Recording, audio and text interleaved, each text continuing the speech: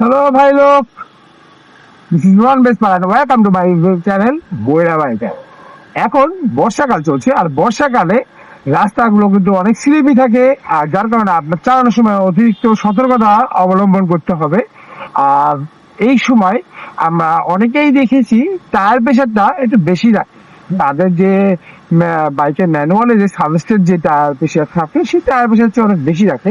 কিন্তু এই বর্ষাকালে এই সময়টা চেষ্টা করবেন যে সাজেস্টেড যে টায়ার প্রেশারটা, সেই টায়ার প্রেশারটাই রাখা।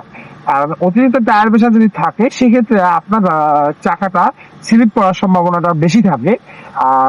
আর যদি একটু কম রাখেন, সেক্ষেত্রে অবশ্যই আপনার চালানোর ক্ষেত্রে একটু আপনার প্রতিবন্ধকতা বা চালানোর ক্ষেত্রে একটু গাড়িটা ভার ভার কাটবে বা মাইলেজটাও ড্রপ করবে।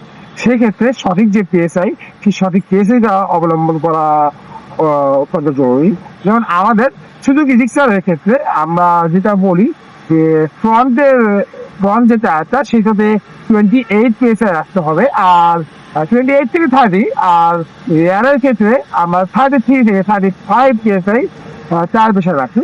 সেই ক্ষেত্রে আবার বাইকে অবশ্যই একটা স্মুথ পারফরমেন্স এবং আপনার মাইলেজটাও বেশি পায়।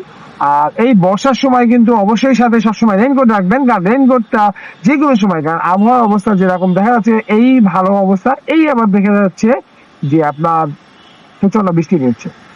আর এই বর্ষাকালে এই সময় অনেক সময় বজ্রপাতের সম্ভাবনা থাকে। যার কারণে যখন দেখবেন যে বেশি বজ্রপাতের অবস্থা হচ্ছে, চেষ্টা করবেন একটু রাস্তার এক সাইডে একটু দাঁড়িয়ে কিছু সময় একটু নিরাপদ স্থানে থাকার। কারণ বজ্রপাতের সময় কিন্তু অনেক মানুষ দেখা যাচ্ছে বজ্রপাতের সময় বজ্রপাতের যে আকস্মিকতায় অনেকে হার্ট অ্যাটাক করছে। বা যদি বজ্রপাত সরাসরি আপনার গায়ে লাগে, তাহলে অবশ্যই সেটা আপনার জীবন নাশের কারণ হবে। গত বছর আমার আপন বড় চাচা, সে বাসা থেকে বের হয়েছিল, বের হয়ে বাজারে যাবে। সে মানে আমার চাচাতো বোন তাকে বললো যে খাওয়া দাওয়া করে যেতে, বাট সে আসলে বললো যে একটু বাজার থেকে আসতেছি, ছোট একটু কাজ আছে। বাসা থেকে বের হয়ে জাস্ট তার বাসার মানে গেট থেকে বের হলো, সামনে একটা মাঠ আছে, ওই মাঠের পুরা পর্যন্ত আসছে, মানে মাঠের পাশ থেকেই রাস্তাটা ওই পর্যন্ত আসছে। এর মধ্যে বজ্রপাত তার গায়ের উপর পড়লো এবং সে মুহূর্তের মধ্যে সে মাঠের মধ্যে পড়ে গেল বৃষ্টির মধ্যে। যাই হোক, আসলে আবার মেজো চাচা মারা গেছে 2017 সালে। এই বড় চাচাই ছিল, বড় চাচাও মারা গেল।